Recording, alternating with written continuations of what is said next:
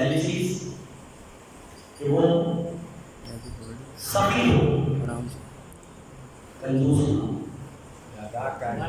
دوسری چیز شجاع ہو، بزدل نہ.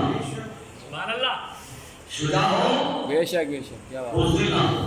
سنیں، مولا نے کہا سخی ہو، کنجوس نہ ہو، شجاع ہو، بزدل نہ ہو، صابر ہو، بے صبر نہ ہو. بے شک. سبحان اللہ. سبحان اللہ. پہلے فکرے پر ذرا پڑھنے چاہتا ہوں. مولا نے کہا سخی ہو، کنجوس نہ ہو، بخیل نہ ہو.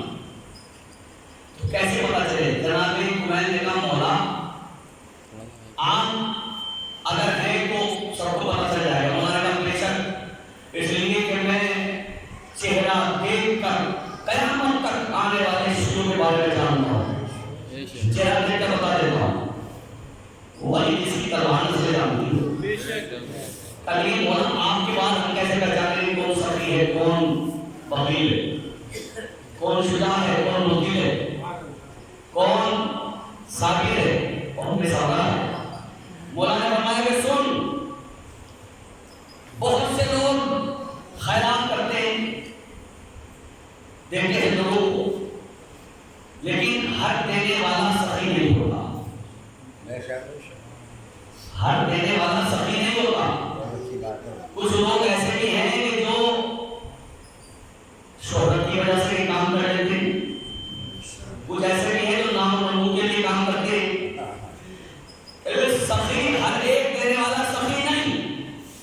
کیا مولا پہچانے کیسے؟ اب میں مثال کسی اور چیز سے کیوں مجلس امام حسین، مولا کے اللہ بہت پیسہ لگاتے ہیں،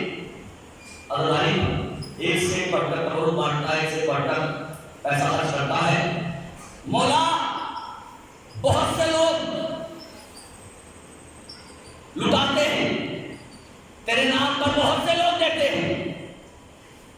کیا بہت سے لوگ دیں گے لیکن ہر دینے والا سخی نہیں؟ کیا مولا پہچانے کیسے؟ توجہ سن لیجئے.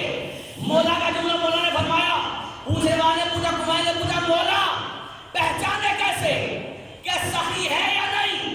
مولا نے کہا جب دینے والا دے دے، توجہ، جب لٹانے والا لٹا دے تو اس کے چہرے کو دیکھنا.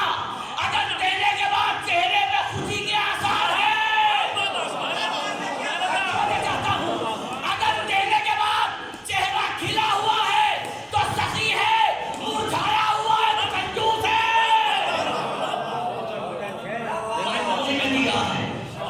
اگر چہرہ کھلا ہوا ہے تو سخی ہے، لیکن اگر دینے کے بعد چہرہ مرجھایا ہوا ہے، پچھتا رہا ہے، اگر دینے کے بعد پچھتا رہا ہے تو یہ بخیل ہے، کنجوس ہے. مولا شجاع کو کیسے پہچانے کہ کون شجاع ہے، کون بزدل ہے؟ میں نے اپنے مولا کا جملہ پڑھا تھا. مولا نے فرمایا کہ صرف میدان جنگ میں لڑنے والا ہی شجاع نہیں ہے، بلکہ جو اپنے جذبات کے گھوڑے پہ صبر کی لگام کو کھینچ کر قابو کر لے، جو اپنے صبر کی لگام سے گھوڑے کو قابو کر لے، اس سے بھی گھوڑے کو قابو کر لے، وہ بھی شجاع ہے. دنیا کہے گی جنگ ہو رہی ہے، اس نے صبر کیا، لڑائی ہو رہی ہے، اس نے غصے میں قابو کر لیا. پڑوسی کہہ رہے ہیں بزدل ہے، محلے والے کہہ رہے ہیں بزدل ہے، بھائی کہہ رہا ہے بزدل ہے، لیکن مولا کہہ رہے جس نے غصے میں قابو کر لیا، دنیا کہے بزدل ہے، علی کہے گا بہادر ہے.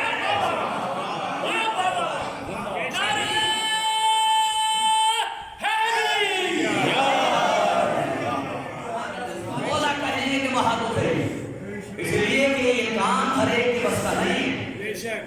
قابو کرنا جتنا بڑا شجاع ہوگا اتنا ہی بڑا اس کا ثابت ہونا ضروری ہے. اور دنیا کے اندر علی کے بعد اگر یہ مثال دنیا میں کہیں پائی جاتی ہے کربلا کے میدان میں مولا عباس سے بڑا کوئی شجاع تھا؟ ایک نعرہ خاص ہے، ایک نعرہ خاص ہے، فوج کا جو سردار ہے، سکینہ کی جو آس ہے، لگے نعرہ حیدری، بات پر محمد والے محمد۔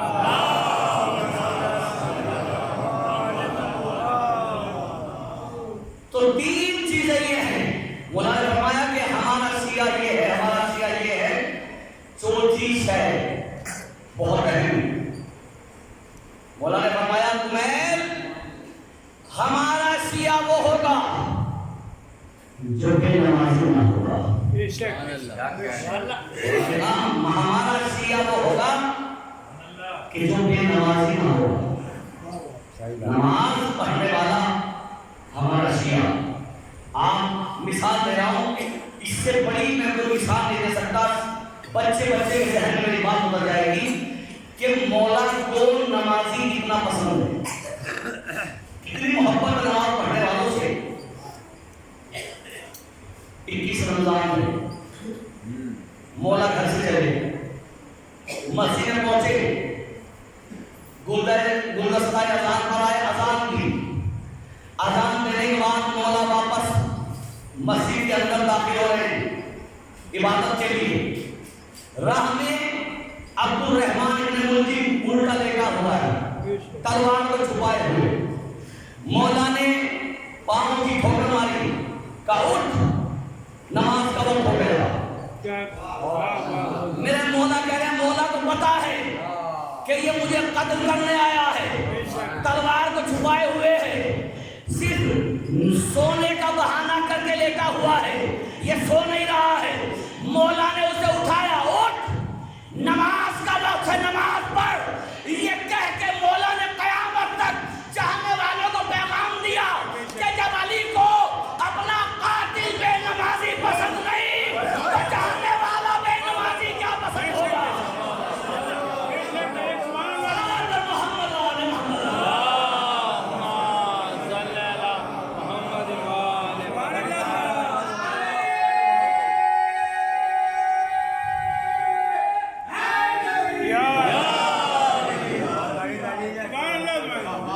جب مولا کو اپنا دشمن بے نمازی پسند ہے تو چاہنے والا بے نمازی کیسے پسند ہوگا؟ یہ اصیل فطرت ہے مولا کی۔ اور جب یہ تمام صفتیں ہوتی ہیں اور معرفت سینے میں داخل ہو جاتی ہے، تب مولا فخر سے کہتے ہیں یہ ہے ہمارا چاہنے والا۔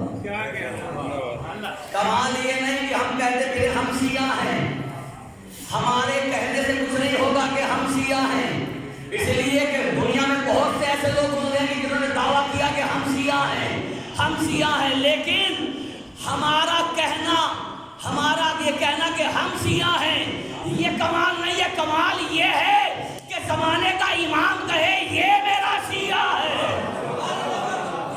آپ کو کہے کہ جب مولا کہیں یہ ہمارا شیعہ ہے، اگر میرا مولا یہ سند دے دے تو کیا کہنا؟ پھر ہے مولا کا وہ سچا کیا کہ جس پر مولا ناز کر دے۔ رضوان گرامی، معرفت امام کی معرفت، زمانے کے امام کی معرفت، جس زمانے میں جس نے زندگی گزاری اس کے لیے واجب تھا جو اپنے زمانے کے امام کی معرفت کو حاصل کرے۔ یہ زمانہ ہمارے آخری امام حضرت امام علی اعظم علیہ السلام،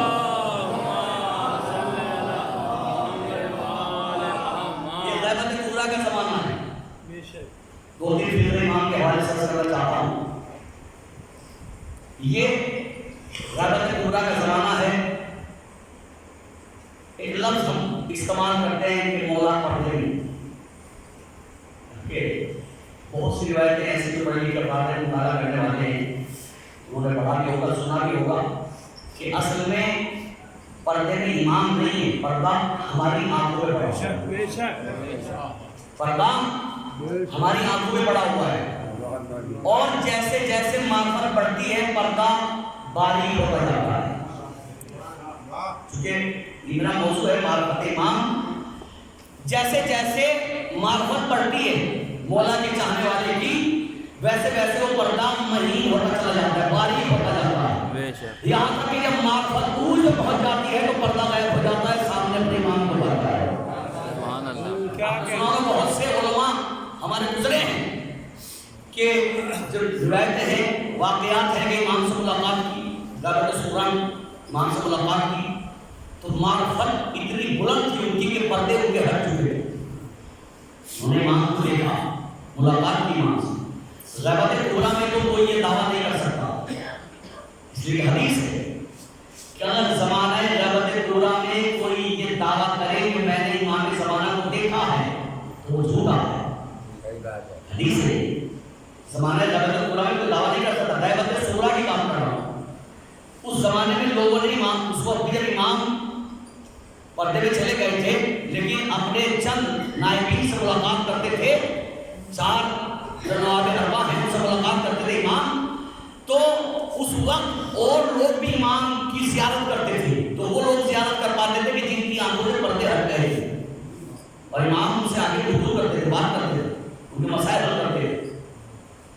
اب پوری دنیا جانتی ہے کہ ہمارا امام آئے گا، ہم دعا کرتے ہیں، روایتیں ہیں، حدیثیں ہیں کہ مولا آئیں گے ظہور فرمائیں گے، تو جب آئیں گے امام تو کہاں سے آئیں گے؟ امام کہاں سے آئیں گے؟ بزرگوں سے معذرت کے ساتھ بچوں سے پوچھا جاتا ہوں، ہمارا آخری امام کہاں سے آئے گا؟ پردہ غیب سے آئیں گے، ظہور فرمائیں گے، لیکن آئیں گے کہاں سے؟ کعبے سے۔ کہاں سے آئیں گے؟ کعبے سے آئیں گے۔ پہلا کہاں سے آیا؟ پہلا کہاں سے آیا؟ کعبے سے آیا۔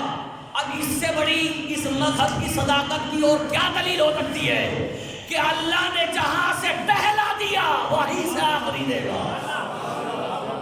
یہ ہمارا امام ہے، جہاں سے پہلا آیا وہیں سے آخری آئے گا، پہلا کعبے سے آیا آخری بھی کعبے سے آئے گا۔